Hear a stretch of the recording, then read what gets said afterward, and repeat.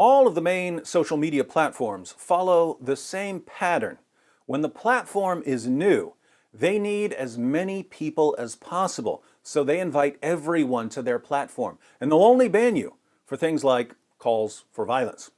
But once the platform is established, once it becomes dominant, once everyone is addicted to it, the rules start to change because the people who run the platforms realize that they have the power to control what you say and ultimately what you think. This power goes to their heads, and they decide to make the world a better place by forcing everyone to agree with them.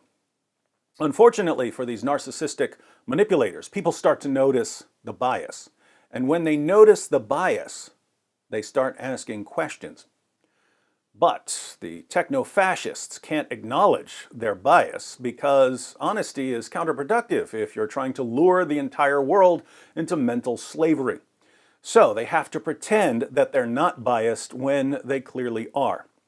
Let's look at a clip of the latest hearing on Twitter's bias. Carlos Manji is Twitter's Director of Public Policy and Philanthropy. He's being questioned by Josh Hawley, a constitutional lawyer and Missouri senator. Senator Hawley wants to know about Twitter's policies for banning people. What are the protocols? What are the protocols that the review team follows? Is there a protocol that they follow? There are protocols on any number of issues, yes, sir. And including about deplatforming?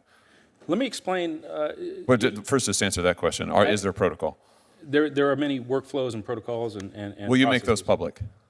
We make our terms of service public. And Will you make the protocols public for the review of when you ban people like the Unplanned movie and Jesse Kelly? Will you make those protocols as it relates to the human reviewers? Will you make those public? I think you're aiming at a very important question, which is transparency. Why don't you just first answer my question? Will you make those public? Will you commit today to? You said earlier that you are a pro-transparency company, that you want to embrace transparency. So you have your chance now. Tell us you'll make the protocols public. Will you make them public? It's not up to me to make them public, sir. Will you advocate for making them public? I will.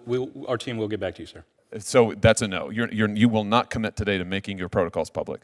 So, Twitter has human reviewers who decide whether or not people should be banned from the platform. Twitter's Director of Public Policy and Philanthropy admitted that there are protocols, there's a system, there are procedures and rules that the human reviewers are supposed to follow when they're suspending or banning people. What are the protocols? Can't tell you, they're secret. Now, why wouldn't the supreme overlords at Twitter want us to know how they decide who is and who isn't allowed to communicate on their platform?